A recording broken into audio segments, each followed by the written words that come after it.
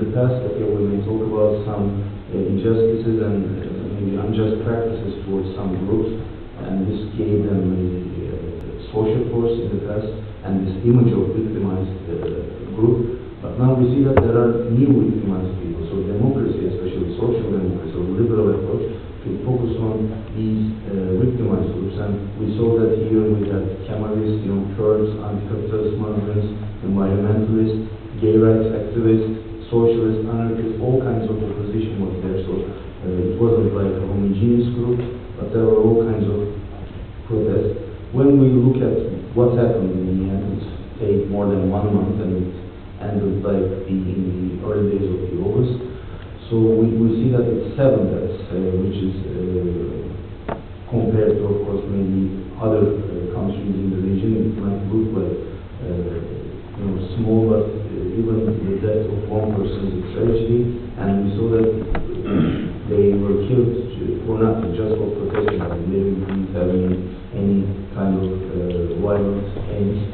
And it was 6 civilian and 1 policeman. There were 9,000 injured, civilian and policemen. 10 people lost their lives because of the gas spray we saw. It wasn't only for gas. Some of the police used this as a weapon to target people. There were more than 100 people who get arrested. It's 150,000 gas bombs were used. 3,000 tons of water were used. There was a sharp decrease in the stock exchange market because of the scenes from the international medium to foreign capital. Euro and dollar parity increased. The government had to adopt a new democratization package. Just maybe 2 months, 3 months later, the government had to present this package so that they will show that we are not authoritarian, we are democratic. We see a famous scene from Taksim, how I said. It was like one of the famous scenes of this protest that took 1 year. Now I'm going to pass to this Turkish model thing. You see, when you make a search on Google Images about this Turkish model, you will see a model and actor who is Turkish. Kıvanç Tatlıtuğ who acts in TV series and he's a big famous in the MENA region, Arab world, because he plays in TV series. So when you make a search, you will find like these pictures that don't get understood, right? The Turkish model could be understood in that way.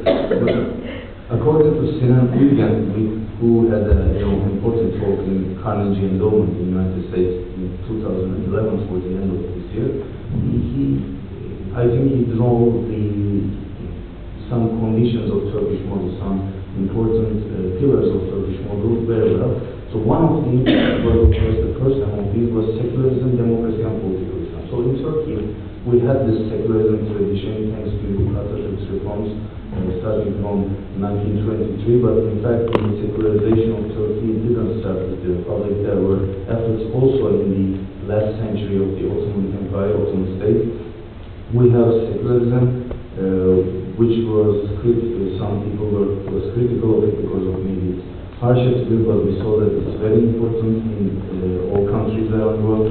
We have the working democracy without interruption starting from 1983, and we also have political Islamist groups, political Islamist parties, which we taught to believe that they narrow their political aims within the lines of democracy. Secondly, we will talk about the civil-military balance. In the past, this balance wasn't there. It was in the favor of the military intervened many times in politics. Now, it's all about civilians, and that we can talk about is civilian supremacy, civilian control over the military. But we also saw that now in this transition process, since military played a very important role as a counter-balance actor towards the radical groups. So now without these military, now we can talk about this imbalance. In the past there was this balance, now maybe we can talk about this lack of balance, which should be, of course, filled with civil society and maybe other oppositional political parties. Thirdly, we may talk about market-state relations, which is, of course, also can be perceived from a critical perspective. Of course, the market economy, I come from a more left spectrum, so I believe in more socialistic development in the past, but now I tend to believe that social democracy was like the right way between maybe socialism and liberalism, neoliberalism, let's say. So this market-state relations, in addition to social security and welfare state, maybe it's what we need, because the alternatives, the presence of alternatives, similar to democratic life in the country, similar to being able to choose between different political parties, being able to choose different products and to maybe provide the investment in our countries to increase employment rates and also other things are necessary. So we had this in Turkey until 2009, thanks to the economic program that was conducted after the crisis of 2001. We had a growing economy in terms of GDP and also the income level. We had a good growth, but starting from 2009, this problem started also in Turkey. Fourthly, we may talk about strong links to the Western world. Turkey, as you know, is a NATO country, and Turkey is, candidate country for EU. There was a new chapter opened recently between EU and Turkey. So we have this European culture, Western tradition, in addition to our Islamic, tradition. And fifthly, we may talk about the Turkish state tradition. This is maybe unique to Turks and Turkey. We tend to believe that, of course, this is a question for many. We have a state tradition that makes the state at one point stop and not to go further. We tend to believe in this. We also, in terms of the Turkish model and its advantages for the maybe MENA region or Arab world and the old MENA region, first we can talk about this demonstration effect. Okay, this demonstration effect is always important. When you see something from a close country, of course you can take it and implement in your country. You watch movies, you watch, or just go there. Since travel is easy now, we came here and we saw that maybe there are things in Tunisia which are better than my country. So when I see this, I would like to implement this in my country. Okay, maybe there are less. Yesterday we saw many important things. For instance, the literacy rate of Jordan. Okay, we saw this. It was amazing. Or we saw how the women participation was more than Turkey in some MENA region countries, Arab countries. So we may take these good things from each other, from Europe, from America, from Russia. If there's something good, or China, if there's something better than our country, we can have this. And maybe since we have many problems, but at the same time a working democracy, so maybe this demonstration effect was also convenient for the Western world and also for Arab opposition. We may talk about this Muslim identity, of course, especially for more conservative groups. Being Muslim, this Muslim identity could be an advantage, because some people, I perceive all people as a human being, not according to their ethnicity or religion, but some people are not capable of doing this. So maybe being from same ethnic origin or same religion could give them more strength, more encouragement to make some reforms. We may talk about Turkish popularity in the Arab world. This started with Prime Minister Erdogan's opposition to I think it was before, but it was like the peak. The Israeli President Shimon Peres in Davos Economic Forum. So we saw that after this, maybe Erdogan became like a hero figure. There was some people who had popularity in the Arab world. Some criticized him because of playing into the Arab street and not behaving very responsibly. But we also saw that this would be an advantage to encourage maybe Arab countries to make reforms and to become a part of the democratic world. Fourthly, we may talk about common foreign threat perceptions. When there since now many interests are collided and there are close cultures, we may talk about, I don't want to maybe explain in detail, but the military, or let's say other anti-democratic threats, or kind of issues that could be perceived as a common threat by MENA region countries and Turkey. This is also important. We may talk about, of course, the Turkish soft power. I know that many Turkish, maybe you'll tell me after the presentation, are shown in the Arab world. We have also now closer cultures with we know in the Arab world also, and they know us, so maybe this can be perceived as a soft power, because in these TV series, it's not only about love and these things, but also a kind of more modern family, how they should act equally towards women and men, although they could be conservative. It's about democracy, behaving women and men equally. And we may talk about maybe Ottoman legacy and common heritage, which could be perceived as disadvantage for some, but also advantage for many, because we have historical sites, we have common heritage coming from this Ottoman tradition. It was just a century ago that we were living in the same empire. So for many countries in the world, so we had these common things, but this will be perceived, Ottomanism also, this maybe use of this Ottoman word could be perceived as a kind of imperialistic project, so this could be, we should talk on this. Then I'm going to talk about the difficulties. I gave you this characteristics of Turkish model, then I explained what would be our advantages to implement this model in the MENA region. Then the difficulties. Now let's look at the difficulties, and we see that we have many difficulties in addition to advantages. Maybe we may talk about both in Turkey and the region, lack of regional leaders. I mean, leaders, unfortunately, I don't know why, maybe they are different. You are young leaders according to this program, so maybe you will become different leaders.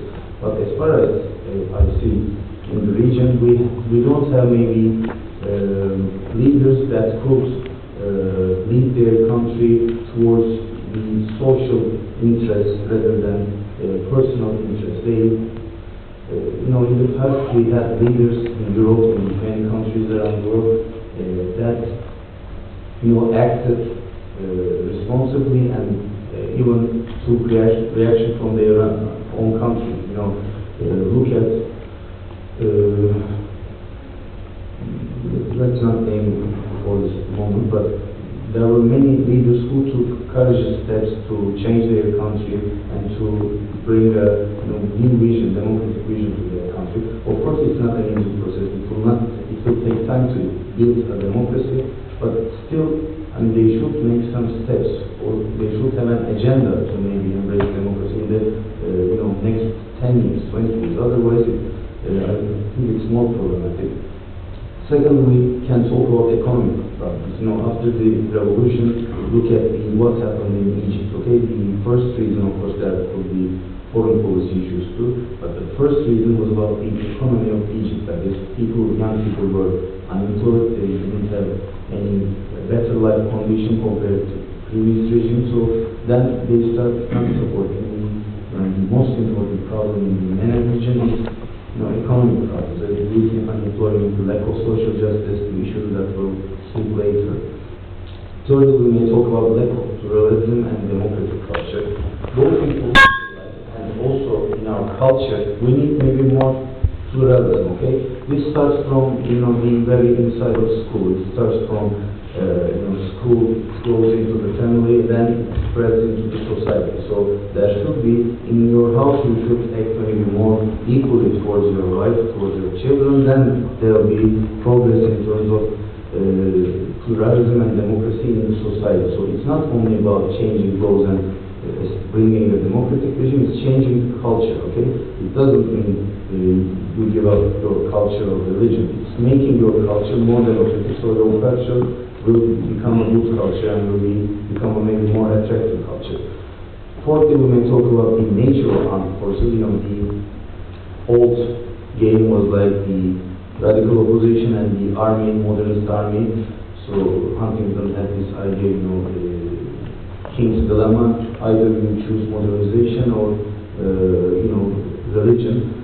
So or democracy, modernization or democracy. We had this dichotomy, and it was unfortunately really there available. So the armed forces was like the protector of the guardian of the modern life in that sense. Maybe this country is tied to the Western world, And maybe this strategy worked for some moments, but now we see that people ask for being able to change things in their country. Then maybe we should revise our plan. That's why Turkish model was significant in the past, and now it's under question. Quickly, we may talk about the nature of Islamist politics. The Islamist politics, there are some, differences in Islamist strategies. We may talk about the revolutionary Islamist movement, which are, want to use violence and to change the regime by using violence and to make it more Islamic. We may talk about reformist Islamist movements. They use the methods of democracy, but they still want to change the society from a secular one into a religious-based one, so this is also, I think, not very democratic. The third one is liberal approach of liberal tradition, which should be developed in the Islamic world, or social democracy, we can say, which is more about democracy, narrowing those religious appeals with the lives of democracy, making religion maybe a more individual issue, and to not to impose your views on other groups. So this is also lacking in our region, especially in terms of political elite and Islamist politics. Sixth, we may talk about other Arab states. When you have democracy, of course, this will not be welcomed by other countries, maybe in the region. So this is also a real problem. So this is not establishing democracy in one country. Stalin in the past, maybe the history of socialism, communism, he said socialism in one country, and Trotsky was against this. So maybe it's like this: democracy in all countries, not in one country. Otherwise, it's not working very properly. Seventh, of course, Western orientation. It doesn't mean like returning back to the colonies. Okay, it's like making business. Give your culture, take their culture, establish common culture. So we know that according to all, I'm not here to praise maybe the Western lifestyle of democracy, but here when you look at the indexes, and you see that they have some very good things that we can take to our countries as model. So this is also, I think, very important. And eighthly, we may talk about military industries, which is another topic of discussion that I don't want to get into too much, but Middle East and North Africa is like the center for these kind of things. I don't say that all armament is bad and countries do not need armament. We are not at this stage in the world, but this doesn't mean we should maybe encourage further divisions, further clashes. Now I will try, since I maybe claim that Turkish model expired, I ask as a question to you, then I will put the Turkish model under surveillance and try to summarize the problems. First, of course, we may talk about increasing authoritarianism. There was this opening ceremony of Marmara, which is a really grand project for Turkey. We saw that in this stage how Turkey is ruled. Okay, this is what, not a familiar scene of Turkish political life. The Prime Minister Erdogan there addressed to his audience and to his ministers that make this free for 2 weeks. Okay, you may seem like this is something good, okay, because he makes the transportation free. Okay, this is something good and I support it. But the way he rules the country, he doesn't make a consultation. A prime minister shouldn't decide on everything, shouldn't decide on the whether transportation will be free or low or higher price. It should be the ministry, the people who are experts on this, who should decide on this. So he could not know everything, although he's a genius. I think he's more clever than Albert Einstein, but he couldn't know everything. Okay, even he, although he is a genius, he may not know everything. That's why he should ask to other people, and he should follow a democratic line. He should maybe talk with the ministry first, then he could announce, now if I talk with the Ministry of Transportation, now we will be free this one ride for 2 weeks. This was, I think, a problem. Secondly, increasing limitations on different lifestyles. Here I saw that recently the sales of alcohol in Turkey was limited between 10 p.m. and 6 a.m. You must say that alcohol isn't something very healthy. In countries where alcohol is really a social problem, maybe we can give this Russia example, where life, the average is very shorter, especially for men because of lockdown, I think. We may talk this as a problem, and we can put, because it's public health, we may put maybe some restriction. But in Turkey, we see that we don't have any alcohol problem. The alcohol consumption is one of the lowest countries in the Western world, let's say. In the region, there are some countries where it's low, so it's not a problem, it's not a social problem. This shows that it's ideological, it's religious, that's why it's a problem. Now he imposes his views and he tries to restrict, the young people who want to have fun. Why you make such things? This is very problematic. Thirdly, of course, problems with EU relations. Now we have a chapter open, but we know that Turkish accession has come to a difficult position, both from the problems coming from Europe and also from Turkey. We have the Cyprus issue, and not only that, we have the, especially conservative Christian democratic governments who are questioning Turkey's membership, a country with large population, a country with large Muslim population, whether it's a part of Europe or not. We have this problem. Fourthly, political partisanship, it's like every country around the region. We have this when another government comes, they kick people out of their jobs, they want to hire their own people, or this partisanship is everywhere. No one talks with normal. They think very ideologically, but within the lines of partisanship. This could be a problem, I think. Fifthly, atmosphere. Again, Huntington made such distinction between modernization and Islam. He said that there are three approaches of the Islamic movements towards the modernization. One is like Kemalism, you impose modernization from above, which was very successful in the Turkish days for the beginning. We have reformism, you don't maybe impose from above, but you try to create this modern movements from below, also not by having integrated this religion also maybe at some point into this. And we have rejectionism, rejecting all modern and Western, all models are caused from Western world, so you reject all of them. So Erdogan sometimes acts like a Kemalist. He imposes things, in terms of infrastructure, he makes some good things. He sometimes acts like reformist. He introduced some things democratic, also with the maybe traditional culture, with the religious culture. But at the same time, he talks in such a way sometimes that he is one of a real radical person. He says that Turkey imported immorality from Western world, from Europe. He said this.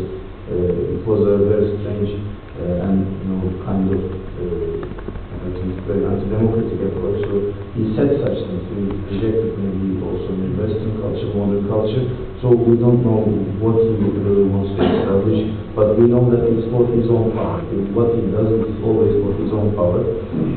Simply, we may talk about satisfying the new middle class. Now, countries like Turkey and Brazil, or Mexico and South Korea, these are emerging markets where the economy is growing better. There's a now new middle class, entrepreneurial class, having maybe better life condition.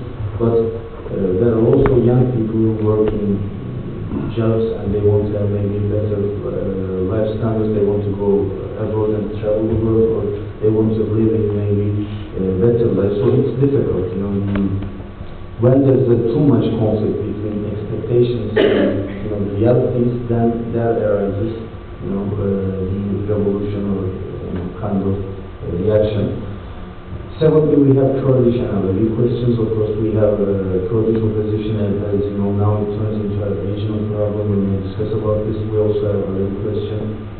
Turkey has this state institution called Directorate of Religious Affairs, which serves only for, unfortunately, Sunni Muslims in Turkey, which is a problem. Some people do not even think that Alevis are from part of the Muslim world. They take such view. And if we live in a real secular and democratic country, this type of institution should provide services not only for a sect, but all religions and all sects. And the elected of religious affairs should have, maybe in addition to its Sunni leader, should have maybe an Alevi leader, Christian leader, many different sects from Christianity, also Jewish leader, so that maybe other religions also. I think all religions should be represented there so that we have a real democracy. We may say that no big opposition. Of course we have opposition, but they are not big. Look at the last general election results, 50% for AKP and 26 for CHP, Social Democratic Party, secular party. So it's like double of the opposition. It's a real MP that makes the government like more comfortable in doing anti-democratic things. We may talk about as a external factor in the Ottomanism, especially in some Arab countries, we know that it's not perceived very well. Did you want to impose your will or not? Did you want to go back to your own days? Of course, this is not about this, but this could be perceived in such and Turkey might have a negative image. And we may